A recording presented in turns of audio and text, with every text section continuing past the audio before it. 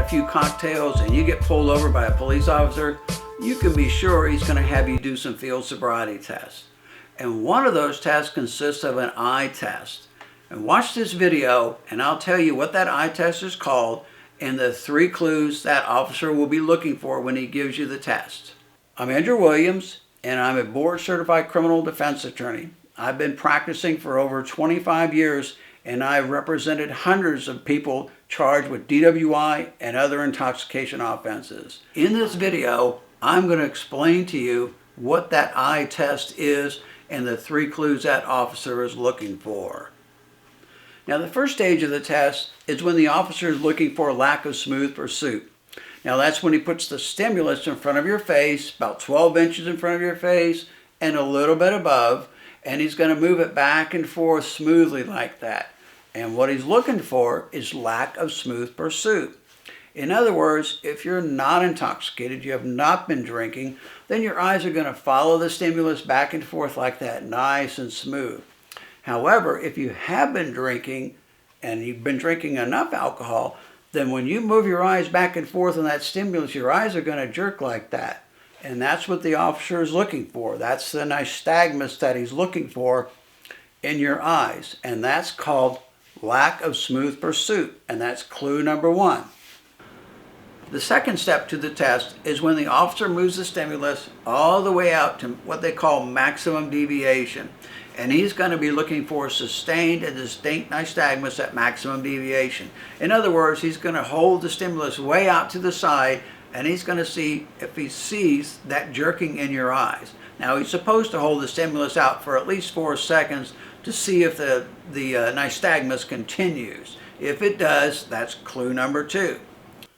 Now, the third stage is when the officer is looking for nystagmus before the onset of 45 degrees.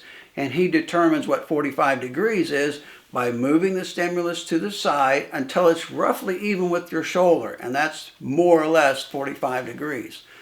If he sees the onset of nystagmus or the jerking in your eyes before he gets to that 45 degree angle, that's clue number 3. In other words, that's nystagmus and the onset is prior to 45 degrees. And that's the clue that he's looking for, and that's the third part of the test. So those are the 3 stages of the test. He's going to be looking for lack of smooth pursuit in each eye, distinct nystagmus at maximum deviation in each eye, and then onset of nystagmus before 45 degrees in each eye. So there's 6 clues total. But if you exhibit 4 clues, that's an indication that you're probably intoxicated and you shouldn't be driving. That combined with the other field sobriety tests could very well get you arrested. Okay, well, I hope that helps you understand a little bit about nystagmus and what the officer is looking for when he gives you that field sobriety test. There is no way that you can hide it. It's totally involuntary. Your eyes will either jerk or they won't. You can't stop them or make them jerk. It's the alcohol in your system that causes nystagmus. In my next video, I'm going to talk about whether a police officer can search your car. There's only 3 ways that he can search your car. And if you want to know how to prevent the officer from searching your car when you don't want them to, watch this next video and I'll explain it to you. Thank you very much for watching. I hope this was helpful to you to understand the field sobriety test and the HGN test. And watch for me on my next video and I'll tell you exactly what you can do to keep an officer from searching your car when you don't want him to. See you next time.